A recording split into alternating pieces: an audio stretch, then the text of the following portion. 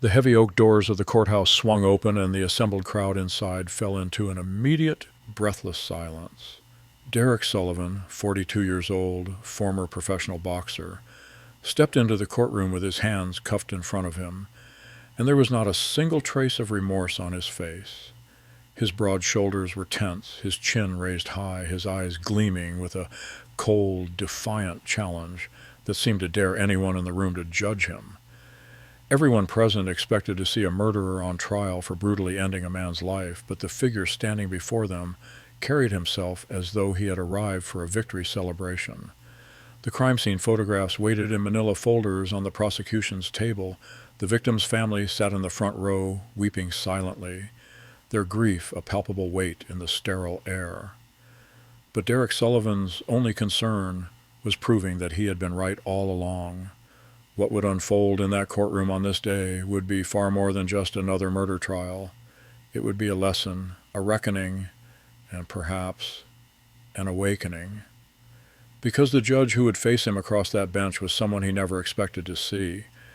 The incident had occurred 3 months earlier on an ordinary Tuesday morning in one of Detroit's working-class neighborhoods, in the dim corridors of an aging office building that had seen better decades.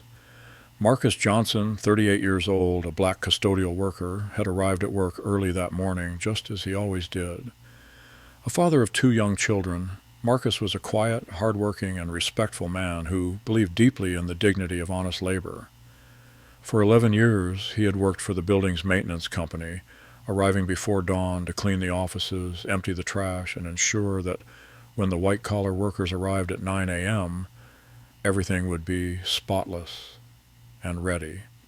He took pride in his work, even though it was often invisible, even though he was frequently overlooked or ignored by the very people whose spaces he maintained. On that particular morning, Marcus was mopping the third-floor hallway, his headphones playing gospel music softly in his ears when Derek Sullivan arrived at the building for an early appointment with his accountant. Derek Sullivan's life had been defined by violence and dominance from an early age. Growing up in a rough neighborhood on the outskirts of Boston, he had learned that strength was the only currency that mattered, that intimidation was a tool, and that showing weakness was an invitation for others to destroy you. By the time he was 16, he had discovered boxing, and the sport had given him a legitimate outlet for the rage that simmered constantly beneath his surface. He was good, remarkably so, rising through the amateur ranks with brutal efficiency before turning professional at 20. For nearly a decade, Derek Sullivan had been a name that commanded respect in the middleweight division, known for his devastating body shots and his absolute refusal to back down from anyone. His record of 34 wins, 28 by knockout, and only 4 losses had earned him a comfortable living and a reputation as one of the most dangerous men to step into a ring. But boxing careers are short and cruel, and by the time he was 32, the accumulation of injuries, the younger fighters with faster hands, and his own inability to adapt had forced him into retirement. The transition to civilian life had not been kind to him. Without the structure and purpose that boxing had provided, Derek had drifted. He had tried his hand at training other fighters, but he lacked the patience and empathy required to be a good coach. He had opened a gym with a partner, but poor business decisions and his own volatile temper had driven it into bankruptcy within 2 years. His marriage had collapsed under the weight of his drinking and his increasingly erratic behavior. His wife, taking their teenage daughter and disappearing into a new life that didn't include him. By the time he was 40, Derek Sullivan was a man untethered, living alone in a small apartment, doing occasional security work and nursing a deep, festering resentment toward a world that he felt had taken everything from him without giving him what he deserved. The anger that had once been channeled into disciplined violence in the ring now had nowhere to go, and it leaked out in ugly ways, in bar fights, in road rage incidents, in confrontations with strangers over imagined slights. Derek Sullivan was a man carrying a loaded weapon inside himself, and he was looking for any excuse to discharge it. That Tuesday morning, Derek was running late for his appointment, already irritated by traffic and a headache from the previous night's drinking. When he pushed through the building's entrance and headed for the elevator, he was in no mood for obstacles or delays. The third-floor hallway where Marcus Johnson was working was still damp from mopping, and a bright yellow caution sign stood in the middle of the corridor warning of the wet floor. Derek, moving quickly and not paying attention, nearly slipped on the slick tiles as he rounded the corner. He caught himself against the wall, his heart lurching with a spike of adrenaline and embarrassment, and when he looked up, he saw Marcus standing 20 feet away, mop in hand, watching him with a concerned expression.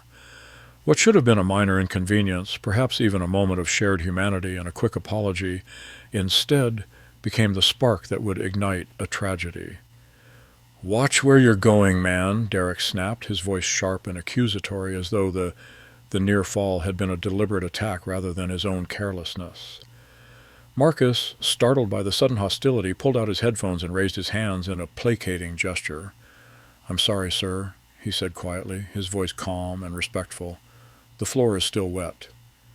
That's why I put up the sign. I apologize if you didn't see it." His response was perfectly reasonable, the kind of de-escalation that a man who worked in customer-facing roles had learned over many years. But to Derek Sullivan, the apology sounded like condescension, like judgment, like yet another person in the world telling him that he was wrong. The rational part of his brain, the part that might have recognized the absurdity of his anger, had long since been drowned out by the toxic stew of resentment and entitlement that defined his worldview. He saw not a working man trying to do his job, but a symbol of everything he hated, a target for the rage that had been building inside him for years. "You apologize?" Derek said, his voice rising, his body language shifting into the aggressive stance that had once intimidated opponents across a boxing ring. "You make this whole hallway a damn skating rink and then you apologize? How about you do your job right in the first place?" He advanced toward Marcus, closing the distance between them with deliberate, threatening steps. Marcus, recognizing the danger in the situation, took a step back, his hands still raised in a non-threatening position. "Sir, I understand you're upset," he said, his voice steady but with an edge of concern. "But I did put up the warning sign. I'm just trying to finish my work here. I don't want any trouble." But his words, his calm demeanor, his very presence, only seemed to enrage Derek further. In Derek's distorted perception, Marcus's refusal to cower or to accept full blame was an act of defiance, an insult that demanded a response. What happened next unfolded with a terrible, inexorable momentum.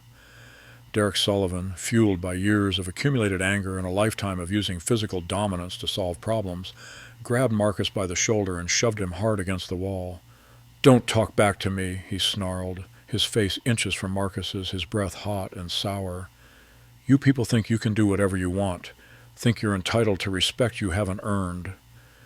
The racist undertone of his words hung in the air like poison gas, revealing the ugly truth at the core of his fury. Marcus, still trying desperately to de-escalate, pushed Derek's hand away and tried to create distance. "Sir, please, I don't want to fight you," he said, his voice now edged with fear. "Just let me finish my work and you can go on your way."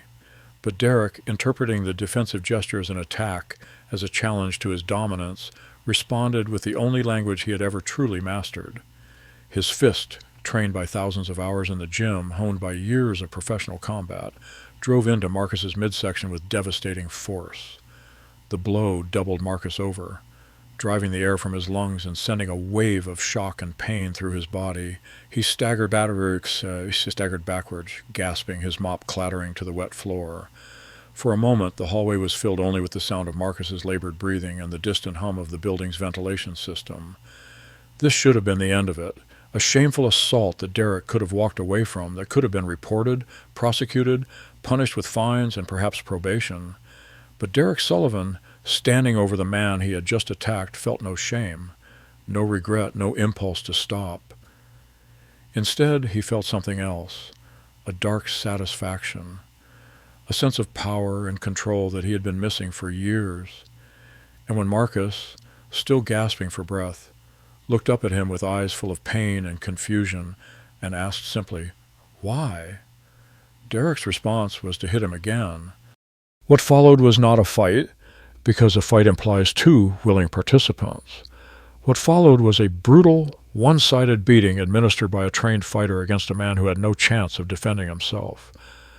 Derek Sullivan, his rage now fully unleashed, struck Marcus again and again, his fists finding their targets with professional precision, each blow calculated to cause maximum damage. Marcus tried to protect himself, raising his arms to shield his face, trying to back away, but there was nowhere to go in the narrow hallway, and Derek pursued him relentlessly.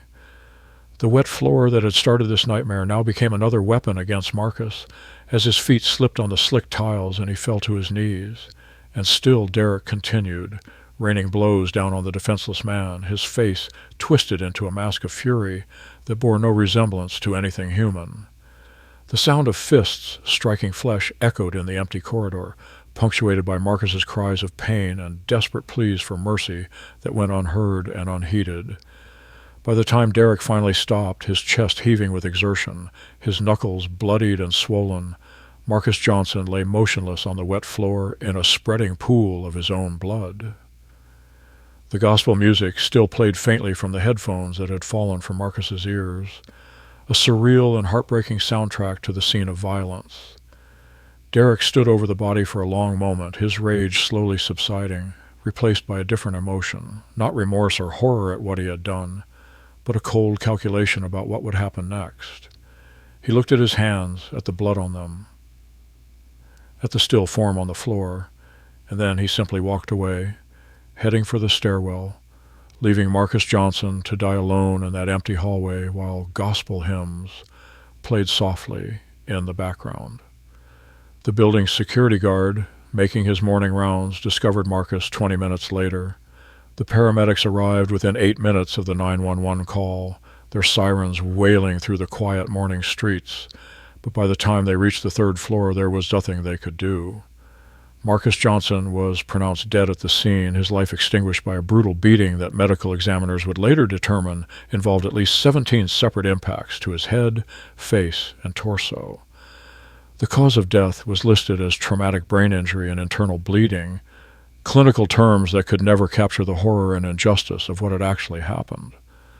The security footage from the building's cameras provided a grainy but clear record of Derek Sullivan entering and leaving, and within hours the Detroit Police Department had identified their suspect and issued a warrant for his arrest. Derek Sullivan did not run. When the police arrived at his apartment that afternoon, he answered the door calmly, as though he had been expecting them. He submitted to arrest without resistance, his demeanor almost bored, as if this were a minor inconvenience rather than the consequence of murder. During the initial interrogation, he showed no emotion, no regret, no acknowledgement that he had done anything wrong. When the detectives described Marcus Johnson's injuries in graphic detail, hoping to provoke some kind of human response, Derek simply shrugged. "He shouldn't have gotten in my way," was all he said, a statement so casual and so devoid of empathy that it left the seasoned investigators momentarily speechless. His court-appointed attorney, a weary public defender named Margaret Chen, recognized immediately that she had been handed an impossible case. The evidence was overwhelming, the crime was captured on security footage, and her client had essentially confessed. But the real problem was Derek himself, his complete lack of remorse, his barely concealed contempt for the entire legal process, and most troubling of all, his evident belief that he had done nothing wrong. The preliminary hearings were a preview of the disaster to come. Derek sat through the proceedings with an expression of smug indifference, occasionally smirking at the testimony, rolling his eyes when Marcus's widow broke down on the witness stand. His behavior was so shocking, so inappropriate, that it became a focal point of local news coverage. The media descended on the case, drawn by the stark racial dynamics, the victim's sympathetic background, and the defendant's appalling conduct. Marcus Johnson's face appeared on news broadcasts and newspaper front pages, a gentle, smiling man whose life had been stolen for no reason beyond being in the wrong place at the wrong time. Derek Sullivan's mugshot appeared alongside Marcus's photo, his cold, defiant stare a stark contrast to Marcus's warm smile, and the public's outrage grew with each passing day. This was not just a murder trial, people said. This was a test of whether justice still meant anything, whether a black man's life mattered in a system that had failed people like Marcus Johnson for generations. If Derek Sullivan had been represented by a different attorney, if he had been willing to show even a shred of remorse, there might have been a possibility of a plea deal, a negotiated sentence that would have spared everyone the trauma of a trial. But Derek refused any such consideration.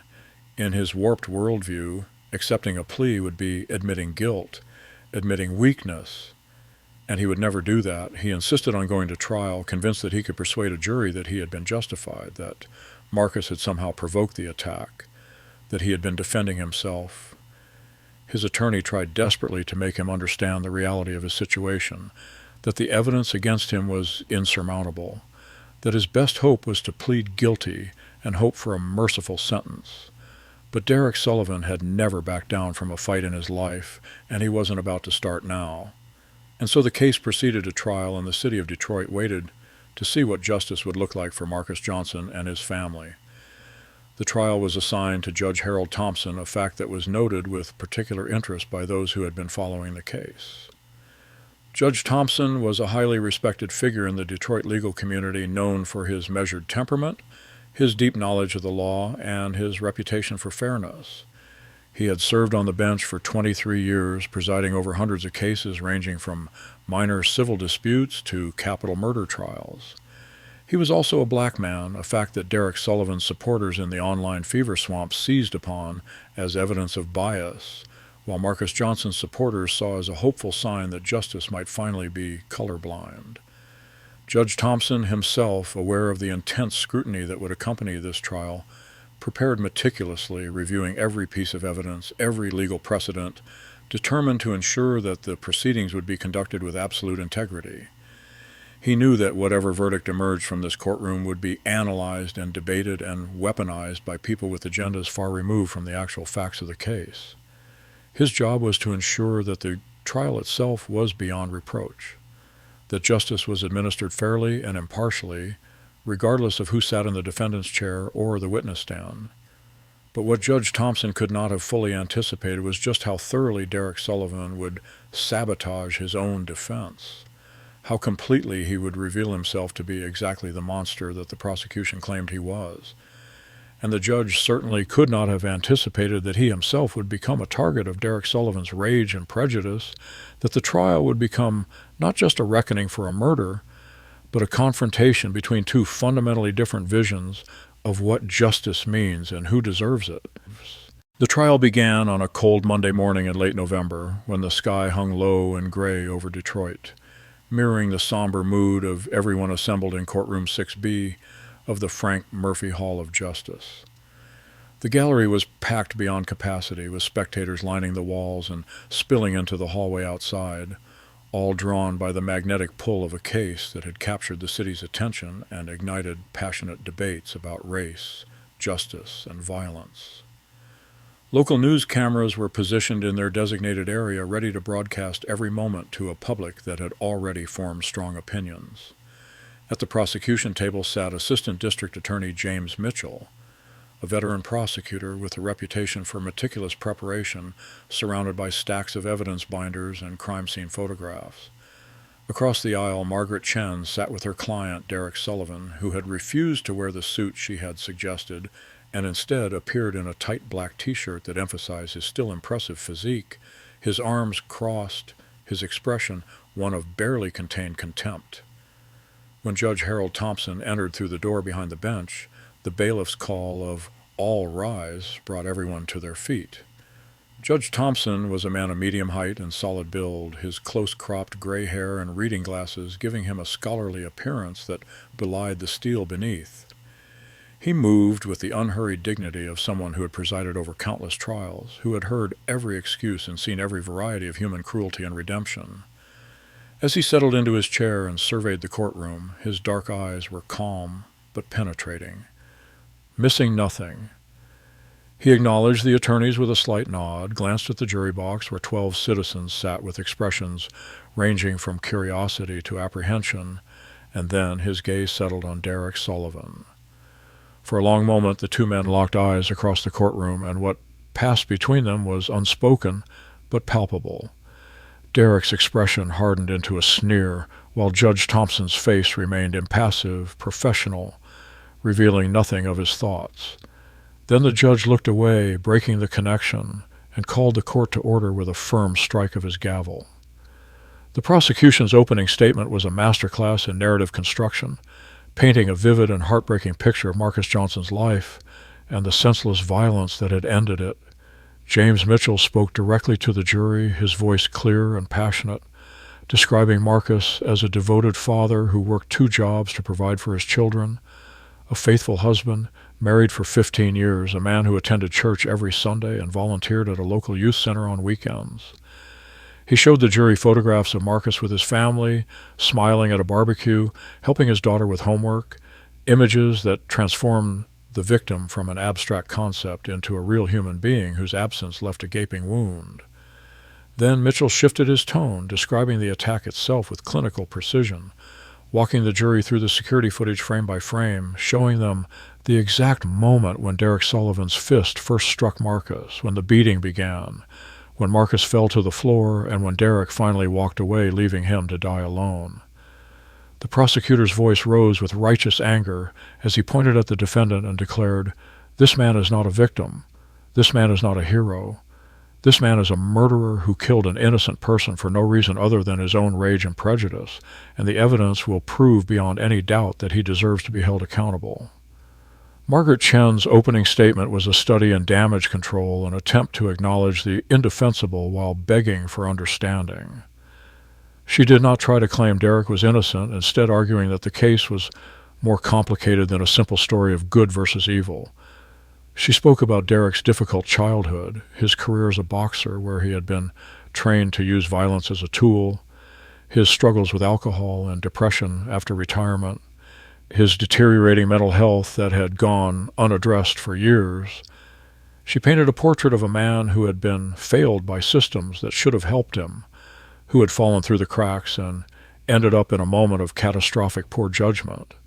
Her voice was earnest and pleading as she asked the jury to see her client as a human being, flawed and broken perhaps, but still deserving of compassion.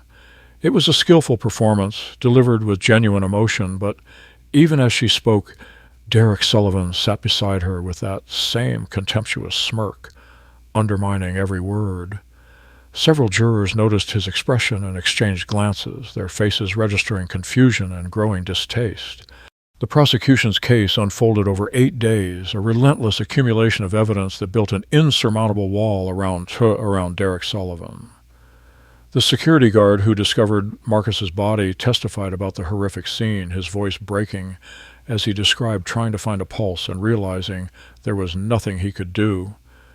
The medical examiner took the stand with her autopsy report, detailing each of Marcus's injuries with scientific precision, explaining that the pattern of wounds was consistent with a sustained beating administered by someone with professional fighting training. Forensic experts testified about the blood evidence, the DNA matches, the timeline that the physical evidence revealed. Police detectives described Derek's arrest and his complete lack of remorse during interrogation, playing audio recordings of his casual admission that he had hit Marcus, his dismissive tone when asked why, his chilling statement that some people need to learn their place. Each piece of testimony was another nail in the coffin, but what made it devastating was Derek's behavior throughout. During the testimony of Marcus Johnson's widow, Angela, a soft-spoken woman who broke down repeatedly as she described telling their children that their father was never coming home, Derek Sullivan was observed by multiple jurors to be stifling yawns and checking his watch. When the prosecution showed the security footage of the beating, playing it on large screens so everyone could see the brutal reality, Derek watched with an expression that could only be described as critical interest, like a boxing coach reviewing training footage, occasionally nodding or shaking his head as if critiquing his own technique. At one point, during a particularly graphic description of Marcus's injuries, Derek leaned over to his attorney and whispered something that made him smirk, a moment that was noted by the jury foreman and later described as absolutely sickening. The prosecution didn't need to argue that Derek Sullivan was a monster without remorse. He was demonstrating it himself.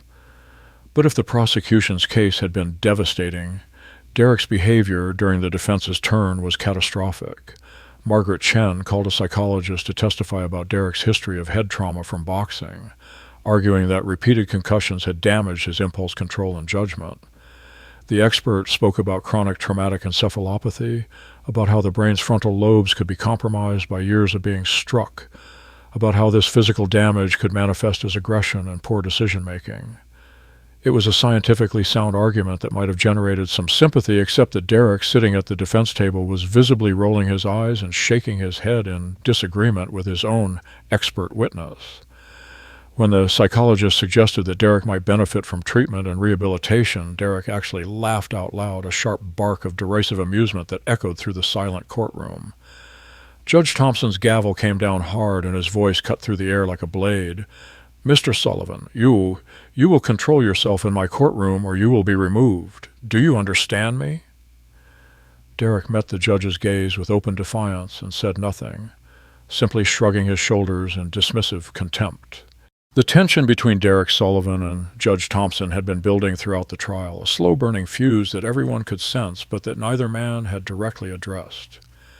Derek's contempt for the proceedings was obvious, but there was an additional layer of hostility specifically directed at the judge, visible in the way Derek glared at the bench whenever Judge Thompson ruled against the defense, in the muttered comments he made just loud enough to be heard, but not quite loud enough to be clearly understood. Margaret Chen had warned her client repeatedly during recesses that his behavior was destroying any chance he had for leniency, that he was alienating the jury and provoking the judge, but Derek seemed incapable of caring or perhaps unwilling to moderate himself. In his warped worldview, he was the victim of an unjust system, and his defiance was a form of resistance. He could not see that he was the architect of his own destruction. The breaking point came during cross-examination of the defense's final witness, a former boxing colleague. Under questioning from prosecutor James Mitchell, the witness reluctantly admitted that Derek had been involved in numerous altercations outside the ring, that he had been banned from several gyms for starting fights, that his temper was legendary and feared. When the witness mentioned an incident where Derek had hospitalized a sparring partner in a fit of rage, Derek shot to his feet, his chair clattering backward, and shouted, "That's a lie! You're a lying—" His words were cut off by the crack of Judge Thompson's gavel and the immediate intervention of two bailiffs who moved to restrain him. "Mr. Sullivan, sit down now!" Judge Thompson's voice was thunder, filling the courtroom with authority that brooked no argument. For a moment, Derek seemed poised to ignore the command, his fists clenched, his whole body tensed. But the bailiff's hands on his arms and the sudden realization that he was surrounded by armed officers seemed to penetrate his rage. He allowed himself to be pushed back into his chair, breathing heavily, his eyes blazing with hatred as he stared at the judge. Judge Thompson addressed the jury with carefully controlled voice. "The jury will disregard the defendant's outburst. We will now take a 15-minute recess." As the jury filed out, many were shaking their heads, their faces showing disgust and fear. When the courtroom emptied except for the attorneys, the defendant, and the court officers, Judge Thompson leaned forward and fixed Derek with a stare that could have frozen steel. "Mr. Sullivan, you have tested the patience of this court repeatedly. One more outburst, one more display of disrespect, and you will watch the remainder of this trial from a holding cell via video feed. Am I making myself clear?" Derek Sullivan, his jaw clenched, met the judge's gaze and finally spoke the words that had been simmering beneath the surface. "Crystal clear, Your Honor," he said, loading the title with sarcasm. Then, in a voice loud enough for the court reporter to capture but seemingly directed at no one in particular, he added, "Guess I should have. Expected this kind of bias when you've got—" He paused, let his eyes sweep deliberately up and down Judge Thompson's form, and finished with venomous emphasis. "Certain people in charge." The implication was unmistakable. The racist subtext made text, and the temperature in the courtroom seemed to drop 20 degrees. Margaret Chen looked like she wanted to disappear into the floor. The bailiff's hands moved subtly closer to their weapons, and Judge Thompson, his face a mask of professional composure that revealed none of the anger or hurt he might have felt, simply said in a voice of absolute calm, "This court is adjourned until tomorrow morning. Mr. Sullivan will be remanded to custody overnight. Bailiffs, remove the defendant. That night, local news broadcasts were dominated by footage of Derek Sullivan being led from the courtroom in handcuffs, and legal experts debated whether the trial could continue. But Judge Thompson had no intention of allowing this case to be derailed. He had seen too much in his decades on the bench, had faced too much prejudice and overcome too many obstacles to be rattled by the racist taunts of a violent man desperate to deflect blame. The jury deliberated for less than 4 hours before reaching their verdict, a remarkably short time indicating the strength of the evidence and the clarity of their collective judgment. When they filed back into the courtroom, none of them looked at Derek Sullivan, a telltale sign that lawyers and judges recognize as a harbinger of conviction. The foreman, a middle-aged black woman who worked as a teacher, stood and delivered the verdict in a clear, unwavering voice. In the matter of the state of Michigan versus Derek Sullivan, on the charge of second-degree murder, we, the jury, find the defendant guilty. A collective exhale seemed to move through the courtroom, a release of tension that had been building for weeks. Angela Johnson collapsed into the arms of her sister, sobbing with relief and grief. Margaret Chen closed her eyes briefly, and Derek Sullivan, for the first time since the trial began, seemed to grasp that this was real, that he had lost, that there would be consequences he could not fight his way out of. His face went pale, his confident smirk finally, completely erased. The sentencing hearing was scheduled for 2 weeks later. When Derek was led into the courtroom, he looked diminished somehow, his shoulders slumped, his eyes darting around nervously. Judge Thompson entered and took his seat, the thick sentencing file open before him, his expression grave and thoughtful. Before pronouncing sentence, Judge Thompson invited the victim's family to make impact statements, and Angela Johnson approached the podium with shaking hands but steady voice. She spoke about her husband, about the father her children had lost, about the gaping hole in their lives that would never be filled. Her words were devastating in their simplicity, a testament to the real human cost of Derek Sullivan's violence. When she finished, she looked directly at Derek and said, "I forgive you, because my faith teaches me to forgive. But forgiveness doesn't mean there shouldn't be consequences. My husband deserves justice." Then she returned to her seat, her dignity and grace a powerful contrast to everything Derek Sullivan represented. Judge Thompson allowed a moment of silence, and then he began to speak, his voice quiet at first but carrying such weight that every person in the courtroom leaned forward to listen. "Mr. Sullivan, I have been a judge for 23 years. I have presided over hundreds of trials. But I have rarely encountered a defendant who has shown such complete contempt for these proceedings, for the victim's family, and for the very concept of justice itself." He paused, his gaze never wavering from Derek's face. "Throughout this trial you have smirked and laughed and rolled your eyes. You have mocked the testimony of witnesses. You have shown not one single moment of remorse or recognition that you took a human life for no reason beyond your own unchecked rage." Judge Thompson's voice grew stronger, more forceful. "You killed Marcus Johnson because you were angry, because you felt disrespected, because you believed that your feelings were more important than his life. And then you sat in my courtroom and sneered at his widow while she wept. You made it clear that you believe you did nothing wrong." The judge's eyes narrowed.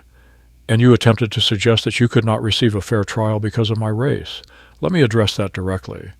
He leaned forward slightly, his voice dropping to a register that made everyone strain to hear. "You want to talk about bias, Mr. Sullivan?" Bias is when a man is beaten to death for doing his job. Bias is when a trained fighter murders an unarmed custodial worker and shows no remorse. Bias is when you assume that I cannot be fair because of the color of my skin, when I have spent my entire career proving that justice is blind and that the law applies equally to everyone. His voice rose now, filling the courtroom. "I have sentenced black defendants and white defendants. I have sentenced rich people and poor people. I have sent my own nephew to prison when he violated the law because that is what justice requires. And I will sentence you, Mr. Sullivan, not because of your race or mine, but because of what you did and because of who you have shown yourself to be. You think your boxing career makes you special? Marcus Johnson worked 2 jobs to support his family. He got up before dawn to clean offices. He did honest work with dignity, and when you were beating him to death, he begged you to stop. He asked you why. He pleaded for his life, and you gave him no mercy. Judge Thompson's voice was sharp now, cutting. You showed him no mercy, so do not come into my courtroom expecting mercy from me. You showed him no humanity, so do not expect me to see humanity in you that you refuse to demonstrate. Then Judge Thompson's voice softened slightly, taking on an almost professorial tone. Mr. Sullivan, this is the moment where your actions finally have consequences that you cannot fight your way out of. For your entire life, you have used violence to dominate others, to impose your will, to silence people who challenged you. And it worked. People feared you. But not today, not in my courtroom. Today the violence stops. Today you learn that every action has a consequence and that the law is stronger than your fists. His words hung in the air, and Derek Sullivan looked small and powerless, stripped of the physical dominance that had defined him. Judge Thompson picked up the sentencing document, his voice becoming formal, official. Derek Sullivan, you have been convicted by a jury of your peers of second-degree murder in the death of Marcus Johnson. I have considered all the relevant factors, the nature of the crime, your criminal history, the impact on the victim's family, and the mitigating circumstances. I have reviewed everything that the law requires me to consider. He paused. And having considered all of that, I find that this was not a momentary lapse of judgment. This was a sustained, brutal beating of a defenseless man who posed no threat to you. You beat him until he fell, and then you kept beating him while he was on the ground. That is murder, and it demands the severest punishment within my power to impose. The judge's voice rang out clear and final. It is the judgment and sentence of this court that you be committed to the custody of the Michigan Department of Corrections for a period of 25 years to life with no possibility of parole for the full 25 years. You will serve this sentence at a maximum security facility. The gavel came down with a sound like a gunshot, final and absolute, and Derek Sullivan's face crumbled, the reality of 25 years crashing over him like a wave. For a moment there was stunned silence, and then Derek's composure shattered completely. "No," he shouted, his voice cracking. "You can't do this! 25 years, I'll be an old man. This isn't fair." His voice was raw with panic, the voice of someone who had finally understood that he was not invincible. Judge Thompson watched him with an expression that might have been pity. "Mr. Sullivan, Marcus Johnson will never grow old. His children will never have their father at their graduations, their weddings. His wife will grow old alone because of what you did. So yes, you will grow old in prison, and you will have every single day to think about what you took from them." As the bailiffs dragged Derek Sullivan from the courtroom, his shouts echoing off the walls, Angela Johnson sat with tears streaming down her face, but this time they were not entirely tears of sadness. There was relief there, too, and a sense of closure, the knowledge that her husband's killer would not walk free, that justice had been served. Judge Thompson watched the defendant disappear through the door, and then he turned to Angela and her family and said simply, "Mrs. Johnson, I hope this brings you some measure of peace. Your husband's life mattered. This court sees that." Then he stood, and as everyone rose with him, he left the bench, his work done, leaving behind a courtroom full of people who had witnessed not just a sentencing, but a lesson in what it means when justice is administered with both strength and wisdom.